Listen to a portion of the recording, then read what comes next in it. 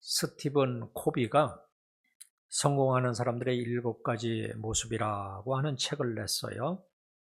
성공하는 사람들의 7가지 습관이라고 하는 책입니다. 이 책으로 인해서 사람들은 성공한 사람들이 가지고 있는 습관들이 이러이러한 것이 있구나 하는 것을 알게 되었어요.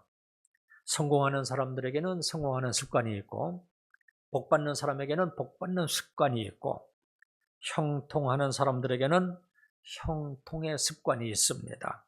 그러니까 우리가 어떠한 습관을 가지고 살아가느냐 하는 것은 가장 중요한 일이에요. 습관은 그물과 같아요. 한번 짜여지면 든든하게 연결되어서 그 사람의 한 부분이 되는 거예요. 그래서 나쁜 습관은 인생을 망치게 되고, 그러나 좋은 습관은 우리 인생을 형통하게 하고 성공과 번영으로 인도해 줍니다. 우리들은 모두가 다 이왕이면 이 땅에 사는 동안에 형통한 삶을 살기를 원할 겁니다. 그러려면 형통의 복을 받은 사람들이 가지고 있는 삶의 태도와 습관이 무엇인가 하는 것을 좀 주목해 볼 필요가 있어요.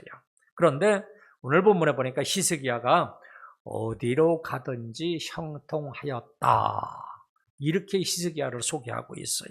그래서 이 시간에는 히스기야가 어떤 사람인지, 어떤 일을 했는지, 어떠한 신앙을 가졌는지를 살펴보면서 형통의 비결이 무엇인가 하는 것을 살펴보도록 하겠습니다. 히스기야는 25세의 젊은 나이에 왕이 되었어요. 그리고 예루살렘에서 29년간을 통치했어요. 유다 역대 왕들 중에서 하나님께 인정받은 왕들이 몇 안 되는데 그 중에 한 사람이었어요. 그래서 성경에서는 특별히 이 히스기야의 이야기를 이제 오늘 본문으로부터 시작해서 20장까지 좀 길게 자세하게 다루는데, 히스기야가 왕이 되어서 죽기까지 어떠한 일을 했는가 자세하게 말씀하고 있어요. 그러면 히스기야가 어디로 가든지 형통할 수 있었던 비결이 무엇인가? 첫 번째로요, 다윗을 본받아서 하나님 보시기에 정직하게 행했어요. 오늘 본문 3절을 한번 보시기를 바랍니다. 히스기야가 그의 조상 다윗의 모든 행위와 같이 여호와께서 보시기에 정직하게 행하여. 먼저 히스기야는 하나님이 보시기에 정직하게 행하였다 소개를 해요. 이 정직은 인간 형성의 최고의 기준이 되는 거예요. 히스기야의 모든 통치의 기본은 이 정직이었어요. 베르크가 이런 말을 했어요. 오래가는 행복은 정직한 데 있다. 잠언 15장 19절에도 보면 정직한 자의 길은 대로니라, 넓은 길이라 소리죠. 그러니까 하나님의 축복은 정직과 함께 하는 거예요. 정직은 재물보다도 소중한 유산입니다. 그런데 본문을 자세히 보시면 정직하게 행하여 이렇게 말씀하고 있어요. 그러니까 하나님의 정직은 모든 행위와 연결이 되는 거예요. 다시 말하면 하나님이 보시기에 정직한 모습은 모든 행위를 주님의 뜻대로 행하는 거예요. 물론 하나님이 보시기에 정직하다는 것은 결코 완전하다는 의미는 아니에요. 우리가 부족하여 실수해도 부끄러움 없게 행하는 것이 정직한 거예요. 사람들은 감추는 것이 많을수록 정직함보다는 부끄러움이 더 커지는 거예요. 우리가 부족하여 실수할지라도 부끄러움 없이 행하는 정직한 믿음을 가져야지 돼요. 그리고 또 한 가지 유심해서 볼 것이 있는데, 히스기야는 다윗과 같이 정직하게 행하였다 이렇게 말씀을 하고 있어요.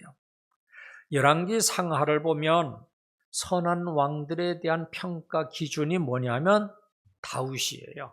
다윗과 같이 행하여, 이렇게. 그러니까 다윗이 행한 것이 선한 왕이라고 하는 평가 기준이 되고 있는 거예요. 그리고 악한 왕들에 대한 평가는 여로보암이나 아합이 기준이 되고 있어요. 그런데 불행하게도 많은 왕들에 대해서 대부분 이렇게 표현을 하고 있습니다. 그의 조상 다윗과 같이 아니하여 그야 하나님이 여호와께서 보시기에 정직히 행하지 아니하고, 많은 왕들이 등장을 하지만 다윗의 길을 따라하지 않았다는 거예요. 그런데 오늘 본문 3절에 보시면 히스기야가 그의 조상 다윗의 모든 행위와 같이 여호와께서 보시기에 정직하게 행하여, 이렇게 말씀하고 있어요. 히스기야의 아버지 아스인데 이방 신상과 우상을 곳곳에 만들도록 했고요. 하나님께 예배드리는 성전의 문은 폐쇄를 해버렸어요. 히스기야는 자기 아버지가 행한 일들이 잘못된 것이라 하는 것을 알았어요. 그래서 비록 자기 아버지만 그 길을 따라가지 아니하고 하나님께 인정받았던 다윗을 본받아서 하나님이 보시기에 정직하게 행한 거예요. 그런데 여기서 한 가지 주의할 사항이 있어요. 다윗과 같이 정직하게 행했다고 했는데 다윗도 불완전한 사람이었어요. 다윗에게도 실수가 있었고 죄악이 있었어요. 여러 명의 아내를 거느렸고 첩을 거느렸어요. 충신 우리아의 아내 밧세바를 범하고 그 남편은 최전방에 보내서 죽게 했어요. 자기 힘을 자랑하기 위해서 인구조사도 했어요. 말렸지만 그것을 강행했어요. 그럼에도 불구하고 중요한 것은 뭐냐면 하나님께서 다윗을 인정했다는 사실이에요. 내 마음에 합한 자라고 했어요. 그러면서 다윗을 축복을 했어요. 여러분, 이것을 무엇으로 설명할 수가 있겠어요? 이렇게 실수가 많음에도 불구하고 다윗을 인정하시고 내 마음에 합한 자라 그러면서 축복까지 했어요. 도대체 무엇으로 설명하겠어요? 바로 이 정직이에요. 정직. 이런 거예요. 정직이 뭐냐면, 하나님 앞에서 정직했다는 게 뭐냐면, 나단 선지자가 다윗에게 와서 자기의 죄를 지적할 때 자기의 죄를 그대로 받아들입니다. 죄인이라는 사실을 덮으려고 하지 아니하고, 핑계하지 아니하고, 왕권을 가지고 그것을 짓누르려고 하지 아니하고 솔직하게 그 자리에서 시인합니다. 하나님이 기뻐하신 것이 바로 이거예요. 하나님이 보시기에 정직한 사람은 완벽한 사람이 아니라 자기의 부족한 것을 숨기지 아니하고 희석시키지 아니하고 시인하고 그 자리에서 회개하는 거예요. 이것이 바로 하나님 앞에서 정직한 거예요. 이러한 자를 하나님께서는 의롭다고 하시는 거예요. 이사야 26편 7절 보십니다. 의인의 길은 정직하며 정직하신 주께서 의인의 첩경을 평탄하게 하시도다. 의인의 길이 뭐예요? 정직한 거예요. 하나님은 그 길을 평탄하게 형통하게 하신다는 거예요. 그러니까 최선의 길은 정직입니다. 시편 112편 2절입니다. 그의 후손이 땅에서 강성하며 정직한 자들의 후손에게 복이 있으리로다. 정직하게 살아가는 것은 나 자신만을 위한 것이 아니라 자식의 길까지도 형통하게 만드는 거예요. 그렇다면 우리들은 하나님 앞에서 정직한 삶을 살아야 돼요. 이미 모든 것을 다 알고 계시는 하나님 앞에서 숨기거나 희석시키거나 핑계대지 말고 솔직하게 인정하고 받아들이고 회개하는 거예요. 이것이 우리 자녀들을 위해서도 우리를 위해서도 최선의 방책입니다. 하나님이 미워하시는 것은 죄와 죄인을 미워하시는 것이 아니라 회개하지 않는 것을 미워하시는 거예요. 인정하지 아니하고 고집 피우고 회개하지 아니하는 것을 미워하시는 거예요. 끝까지 이렇게 고집 피우는 사람을 우리는 완고한 사람이라 그래요. 가장 지혜롭지 못한 사람이고요. 저는 이런 사람들을 제일 두려워해요. 그래서 이런 사람을 보면 슬슬 저는 피해 다닙니다. 하나님이 기뻐하시는 사람은 정직하여 회개할 줄 아는 사람이에요. 그렇다면 우리는 다윗을 통해서 또 히스기야를 통해서 하나님 앞에서 정직한 것을 배워야지 돼요. 여호수아는 모세를 따라다니면서 열심히 보고 배워서 이스라엘의 위대한 지도자가 되었어요. 엘리사는 엘리야라고 하는 좋은 스승을 따라갈 때 위대한 선지자가 될 수 있었어요. 룻은 시어머니 나오미의 신앙을 끝까지 따름으로 믿음의 어머니가 될 수가 있었어요. 우리들도 역시 인생을 살아가는 데는 모델이 필요해요.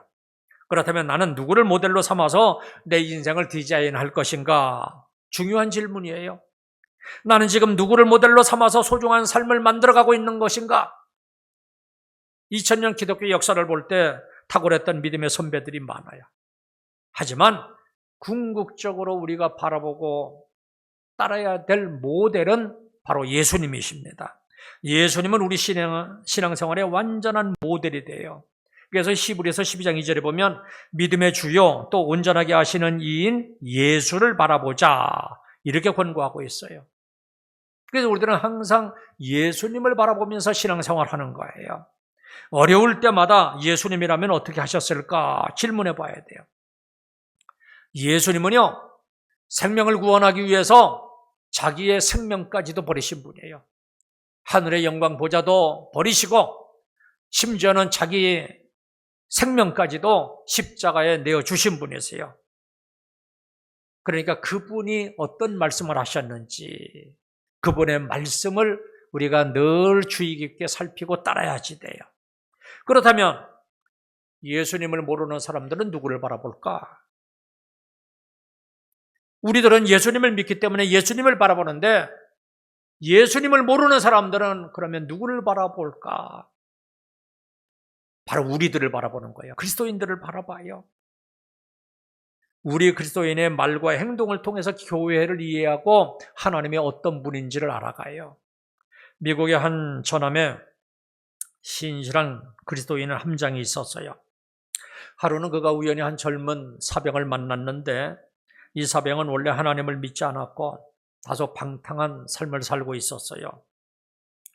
그래서 함장이 평소에도 그렇게 사병들에게 믿지 않는 사병들에게 성경을 선물을 했는데 이제 부관을 시켜서 그 사병에게 성경을 갖다 주라고 했어요. 그래서 부관이 함장에게 이렇게 이야기하는 거예요.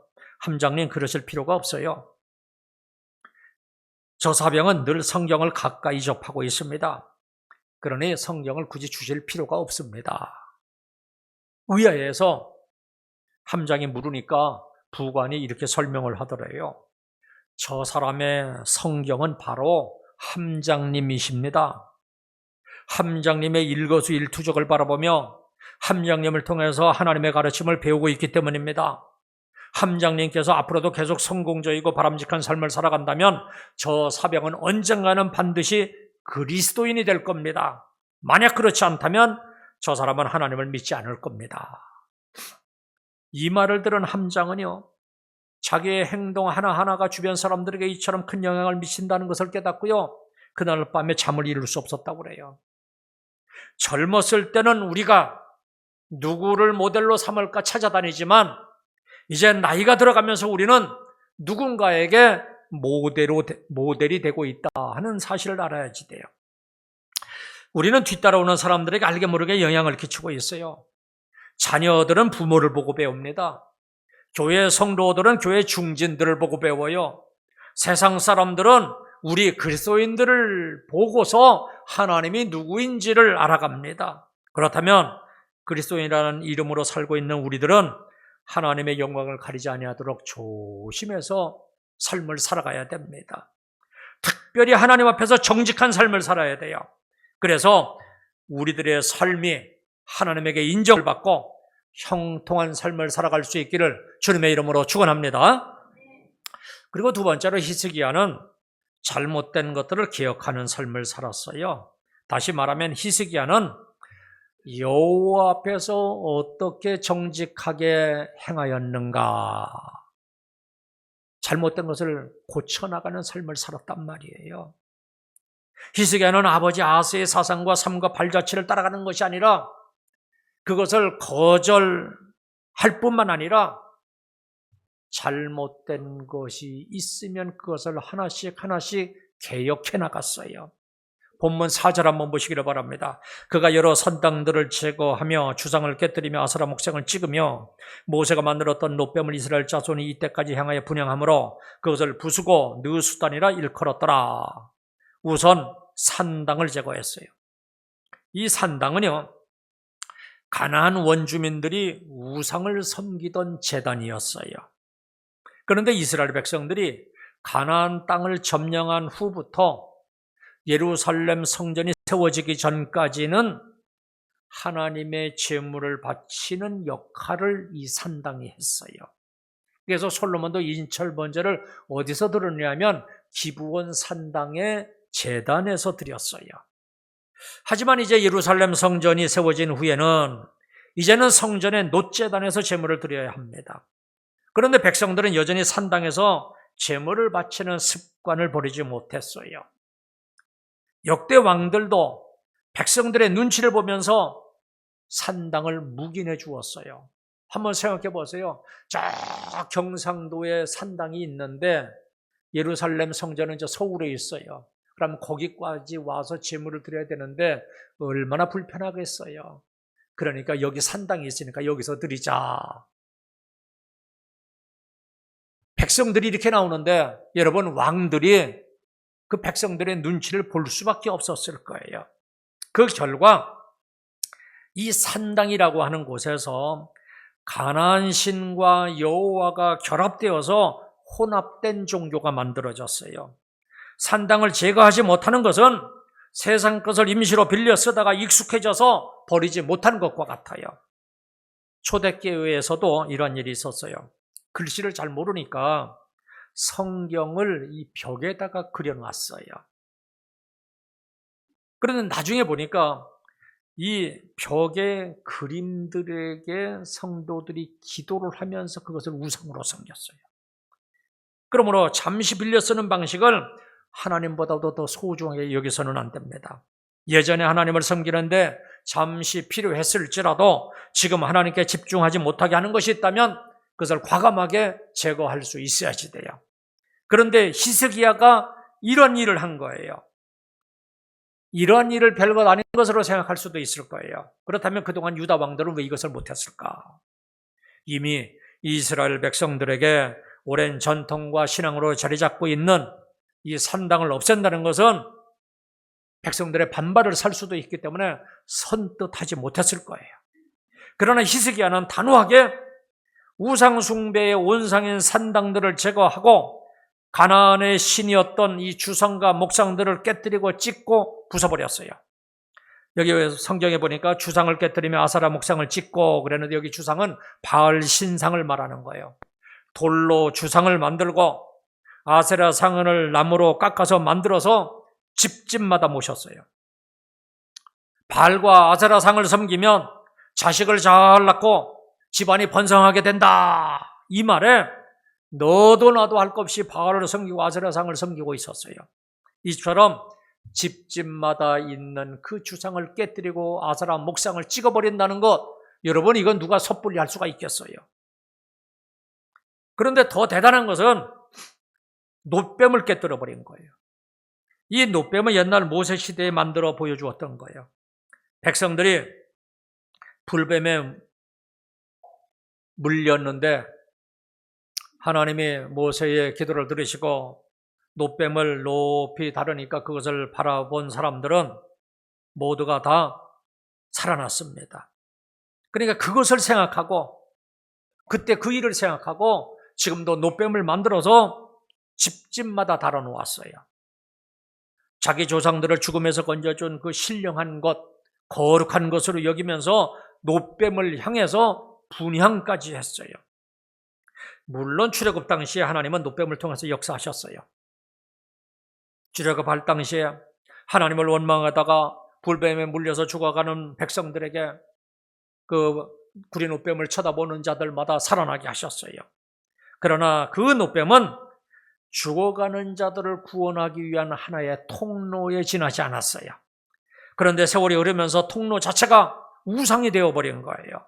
이스라엘 백성들은 800년이 넘도록 놋뱀을 우상처럼 섬기면서 분향했어요. 놋뱀의 능력을 주신 하나님은 없어졌고 그 껍데기만 섬기고 있는 거예요. 우리들이 이 십자가를 보면서도 예수님을 보지 못하고 그 십자가에 무슨 능력이 있는 것처럼 은밀하게 섬길 수가 있어요. 그래서 우리 여기 재단에 보면 우리 교단에서는 앞에 십자가도 못 달아놓게 해요. 왜냐하면 사람이 그렇게 연약하거든요. 또 예배를 드리지만 하나님 없이 형식적인 예배를 드릴 수도 있고요. 찬양을 부르지만 하나님은 없이 그저 자기 기분, 자기 토치되어서 찬양을 할 수도 있거든요. 하나님이 사라진 이러한 종교 의식들은 우상 숭배가 될 수도 있어요. 이처럼 통로가 절대화된 것들을 본 히스기야는 바로 그것을 깨뜨려 버린 거예요. 이처럼 구속사의 유물로 우상시되던 놋뱀을 과감하게 제거한 거예요. 그리고 그 놋뱀을 너 수단이라, 저건 놋 조각이야, 이렇게 선언해 버린 거예요. 여러분, 우리 속에도 놋뱀이 존재할 수가 있어요. 놋뱀은 나로 하여금 하나님을 보지 못하도록 가리고 있는 것들을 의미해요. 누구에게는 돈이 놋뱀일 수도 있고, 또 누구에게는 명예와 권력의 놋뱀일 수도 있고, 또 누구에게는 자기의 생각과 고집이 놋뱀일 수도 있어요. 이 놋뱀을 제거하지 않으면 하나님을 제대로 볼 수가 없어요. 과감하게 놋뱀을 제거해야지만 하나님을 제대로 온전히 바라볼 수가 있어요. 바포도의 저서 후반전이라고 하는 책이 있는데, 여기 보면 인생을 하나의 운동 경기로 비유를 했습니다. 여기에서 인생을 후반전을 35세 이상으로 보았어요. 그래서 이렇게 얘기를 했습니다. 35세부터는 인생의 계획과 목표를 성공하겠다, 부자가 되겠다 하는 것에서부터 가치가 있는 일, 의미 있는 일로 전환하라. 이렇게 우리 인생의 개혁을 조언하고 있습니다. 여기 35세 이상이 거의 대부분이죠. 이제는 우리 인생이 좀 목표를 바꾸어야지 돼요. 세상에서 성공하고 부자가 되는 것이 세상 떠나는 날 무슨 의미가 있겠어요? 이제는 우리 인생을 진실되게 한번 생각해 봐야 돼요. 개혁할 것이 있으면 과감하게 개혁해야 돼요. 우리의 신앙도 과감하게 새롭게 해야지 돼요. 이제까지는 세상의 가치를 따라서 살았을지라도 이제부터는 하나님 앞에서 정직한 삶을 살기로 내 삶을 개혁해야 돼요. 예수님을 믿기로 했으면 진실되게 온전히 믿어야 되고, 온전히 믿는다면 삶의 변화는 반드시 있어야지만 돼요. 그러나 이 개혁은 말처럼 그렇게 쉽지가 않아요. 사람들에게는 이제까지 살았던 자신만의 생각이 있고 삶의 방식이 있어요. 오랜 세월 동안 이미 고착화되어 버렸는데 이것을 어떻게 쉽게 바꿀 수가 있겠어요? 평생 말하며 살던 말투를 바꾸고 늘 내가 바라보던 그 관점을 바꾸다는 것, 이것이 결코 쉽지가 않을 거예요. 하지만 이것을 바꿔야지만 내 삶이 형통으로 바뀌는 거예요. 바뀌지 아니하고는 우리들의 삶이 새롭게 형통한 삶으로 바뀔 수가 없어요. 늘 그렇게 살 수밖에 없는 거예요. 그래서 정직한 마음으로 하나님 앞에서 인정을 하고 내 삶을 바꿔야 되겠다. 이제는 나는 인생의 후반전이다. 지금의 기회다. 바꿔야 되겠다. 이렇게 마음을 먹기만 하면 성령 하나님께서 반드시 바꾸어 주실 것입니다. 예수님 당시 바리새인들은 의식과 형식에 얽매여 있었어요. 그래서 예수님께서 이런 말씀을 하셨어요. 새 술은 새 부대에 담아야 한다. 무슨 말이에요? 이제는 개혁적인 삶을 살아야 된다는 말씀이잖아요. 이것은 신앙생활뿐만 아니라 우리 모든 분야에 다 해당되는 말씀이에요. 현실에 안주하지 아니하고 계속적으로 개혁을 이루어가려는 사람만이 더 발전할 수가 있고 형통할 수가 있는 거예요. 그러려면 용기가 필요해요. 믿음이 필요합니다. 도우심이 필요해요. 그렇다면 저와 여러분들은 지속적으로 평생을 새롭게 변화하는 사람이 되어서 히스기야와 같이 형통한 삶을 살아갈 수 있기를 주님의 이름으로 축원합니다.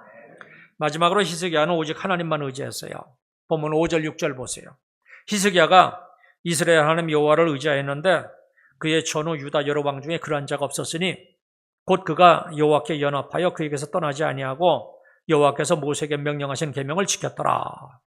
히스기야는 온 마음과 정성을 다해서 하나님을 의지했어요.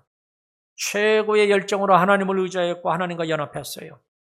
그래서 이렇게 표현하고 있죠. 그의 전후 유다 여러 왕 중에 그러한 자가 없었으니. 무슨 말이에요?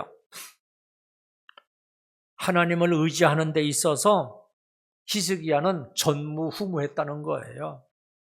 본문 6절 보세요. 저가 여호와께 연합하여 떠나지 아니하고, 여기 연합이라고 하는 말은 하나님과 밀접한 관계를 가졌다는 이야기예요. 물고기가 물을 떠나서는 살 수가 없듯이 나는 하나님을 떠나서는 절대로 살 수가 없습니다. 그러면서 늘 하나님과 함께하는 거예요. 히스기야가 여호와가 연합한다는 것은 쉽지가 않았을 거예요. 자기 아버지가 어떤 사람이었어요? 가장 악한 왕이었거든요. 그럼에도 불구하고 히스기야는 물과 물고기처럼 하나님과 연합된 삶을 살면서 하나님을 온전히 의지했어요. 하나님을 의지하는 구체적인 표시로 히스기야는 모세에게 명하신 계명을 지켰다, 이렇게 말씀하고 있어요. 그러니까 하나님을 사랑하고 의지하는 사람은 계명을 꾸준히 지키지만, 그렇지 않은 사람은 계명을 계속 지키지 못하고 다시 옛생활로 돌아가는 거예요. 그러나 하나님을 의지하면 의지할수록, 하나님을 사랑하면 사랑할수록 계명을 잘 지키려고 더욱더 힘쓰고 애쓰고 결국에는 그 말씀대로 지켜 살아가는 거예요. 만약에 이러한 삶을 산다면 육신의 아버지도 자기 말을 그렇게 잘 지키고 따르는데 얼마나 함께하고 싶고 도와주고 싶고 칭찬해주고 싶겠습니까? 하물며 우리의 아버지가 되시는 하나님이여 오죽하시겠습니까? 히스기야는 여호와 보시기에 정직히 행하였고 자기 삶을 개혁하였고 여호와를 의지하여 여호와의 계명들을 지켰습니다. 이러한 히스기야가 하나님의 특별한 은총을 입었는데요. 근데 그 생명까지도 15년 동안 연장받은 거, 이거 그냥 우연이 아닙니다. 이러한 히스기야에게 하나님께서 은총을 베풀어 주신 거예요. 살아계신 하나님은 지금도 역시 마찬가지입니다. 지금도 하나님 앞에서 정직한 인생, 하나님의 능력을 믿는 인생, 하나님께서 주신 말씀을 잘 지켜 행하는 인생은 하나님이 기뻐하면서 도와주십니다. 그래서 보세요. 본문 7절 하반절에 보면 저가 아수르 왕을 배반하고 섬기지 아니하였고, 이런 말씀이 있잖아요. 당시 아수르는 강대국이었어요. 주변 모든 나라들이 아수르를 섬겼습니다. 그런데 히스기야가 그 아수르를 배반하였고 섬기지 아니하였다 그랬어요. 여러분, 이런 용기가 어디서 나왔겠어요? 하나님을 의지했기 때문이에요. 그래서 결국은 어떻게 됐어요? 아수르를 섬기지 아니하였다는 거예요. 하나님이 도와주셨기 때문에 그래요. 8절 보세요. 블레셋을 쳐서 영토를 확장했어요. 이 과정에서요, 히스기야는 무기를 의지하지도 않았고 병력을 의지하지도 않았어요. 오직 하나님만 의지하면서 이처럼 나라를 든든하게 세워나간 거예요. 그러니까 누구를 의지하고 누구를 가까이 하느냐에 따라서 인생이 달라지고 국가의 흥망성쇠가 달라지는 거예요. 성경은 곳곳에서 우리가 의지하여야 말 것에 대해서 말씀하고 있어요. 잠언 11장 28절에 보니까 재물을 의지하면 안 되고, 재물을 의지하는 사람은 어리석은 사람이에요. 시편 125편에 보니까 우상을 만들거나 의지하면 안 되고, 시편 146편에 보니까 사람을 의지하면 안 되고, 잠언 3장에도 보니까 우리 자신을 의지해서도 안 되고, 미가서 7장 5절에 보면 또 이런 말씀도 있어요. 심지어 품 안에 있는 자기 여인도 의지하면 안 된다, 이렇게 말씀하고 있어요. 저는 이러한 사실을요, 목회를 하면서 너무 뼈저리게 경험을 했어요. 조금만 의지하고 싶은 마음이 들으면 하나님께서 그 사람들을 쓱 옮기시더라고요. 몇 번 경험한다 하면, 아하, 큰일 나겠구나. 사람을 의지하면 하나님께서 이렇게 싫어하시는구나. 이러다가는 큰일 나겠구나 하고서요, 그 다음부터는 어떤 경우에도 사람을 의지하지 아니하고 오직 하나님을 의지합니다. 하나님만 바라보고 목회해요. 넘어지지 않도록 하나님을 의지하고 도움을 받기 위해서 하나님을 의지해야 돼요. 이처럼 하나님을 의지하면 하나님께서 도와주시고 나쁜 것들은 다 막아주시고, 그래서 결국은 형통한 자가 되게 해주세요. 여러분, 이것은 하나님의 말씀입니다. 믿음으로 그대로 받으시기를 바랍니다. 여러분, 형통하기를 다 원하시죠? 본문 7절 보세요. 여호와께서 그와 함께 하심에 그가 어디로 가든지 형통하였더라. 하나님은 히스기야와 함께 하시면서 히스기야가 어디로 가든지 형통하게 하셨다는 말씀이에요. 사무엘하 8장 6절에 보면 이런 말씀이 있어요. 다윗이 어디로 가든지 여호와께서 이기게 하시니라. 하나님이 다윗과 함께하면서 어디로 가든지 승리하게 해주셨어요. 그런데 히스기야는 함께 하시면서 늘 형통하게 해주셨다 말씀하시는 거예요. 여기 형통하다라는 말을 원어로 보면은요, 지혜롭다, 총명하다는 말이에요. 그러니까 어디를 가든지 지혜롭게 행하여서 무슨 일을 하든지 막히는 일이 없이 잘 나가는 성공적인 삶을 사는 것을 얘기해요. 여러분, 그러니 우리 만사가 다 형통하다면 얼마나 좋겠어요. 그런데 창세기 39장 3절에 보면 요셉이 이런 형통한 삶을 살게 돼요. 종으로 팔려가서도 형통하고 감옥에 갇혔을 때도 형통한 삶을 살게 돼요. 그래서 결국은 애굽의 총리가 되잖아요. 더 확실하게 이런 성경 구절이 있어요. 남유다 가장 전성기 시대에 우시야 왕이 있는데요. 우시야 왕에 대해서 이렇게 말씀하고 있어요. 그가 여호와를 찾을 동안에서는 하나님이 형통하게 하셨더라. 그러니까 가장 전성기의 왕인데, 힘이 있던 왕인데, 우시야 왕이요. 항상 형통한 것이 아니라 하나님을 구하고 찾았을 때에는 이 우시야 왕이 형통하였다는 거예요. 그러니까 형통의 복은 하나님의 은총이에요. 하나님이 형통하게 해주시는 거예요. 모세가 여호수아에게 유언을 하는데 이런 유언을 합니다. 여호수아 1장 8절에 보니까 이 율법책을 내 입에서 떠나지 말게 하며 주야로 그것을 묵상하여 그 가운데 기록된 대로 다 지켜 행하라. 그리하면 내 길이 평탄하게 될 것이라. 내가 형통하리라. 그러니까 이 형통은 하나님의 말씀대로 정직하게 살아갈 때 하나님이 주시는 은총이라는 거예요. 우리가 노력하고 싸워서 차지하는 것이 아니라 하나님이 주시는 은혜예요. 형통이 그런 거예요. 저는 이것을 경험했어요. 신학대학원 1학년에 들어갔는데요. 제가 돈이 없었던 게 아니에요. 그래도 꽤 가지고 있었어요. 근데 그 재산이 어디로 없어진 것도 아니에요. 그대로 저에게 있어요. 그런데 하나님이 어떻게 막고 쪼이니까요. 제가 꼼짝달싹을 못하겠어요. 그래서 저희 부모님, 우리 자녀들 3대가요. 단칸방, 그것도 지하 단칸방에 10개월간 살았어요.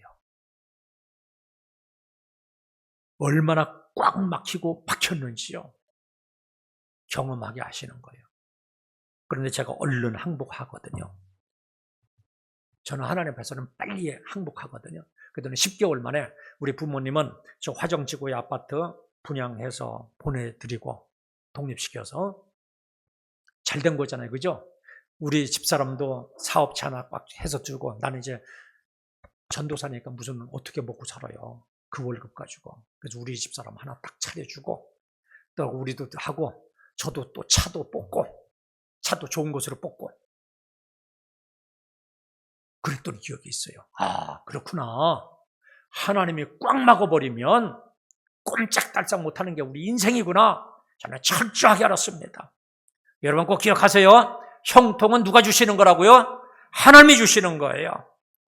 그렇다면 저와 여러분들은 히스기야와 같이 하나님이 보시기에 정직하게 행하고 하나님의 기쁘신 뜻을 이루기 위해서 잘못된 것들은 개혁을 하고 고칠 것은 빨리 고쳐야 돼요. 그리고 하나님만 의지하는 삶을 사시기를 바랍니다. 그래서 어디로 가든지 형통한 삶을 사는 저와 여러분들이 다 되시기를 주님의 이름으로 축원합니다. 이제 기도하겠습니다.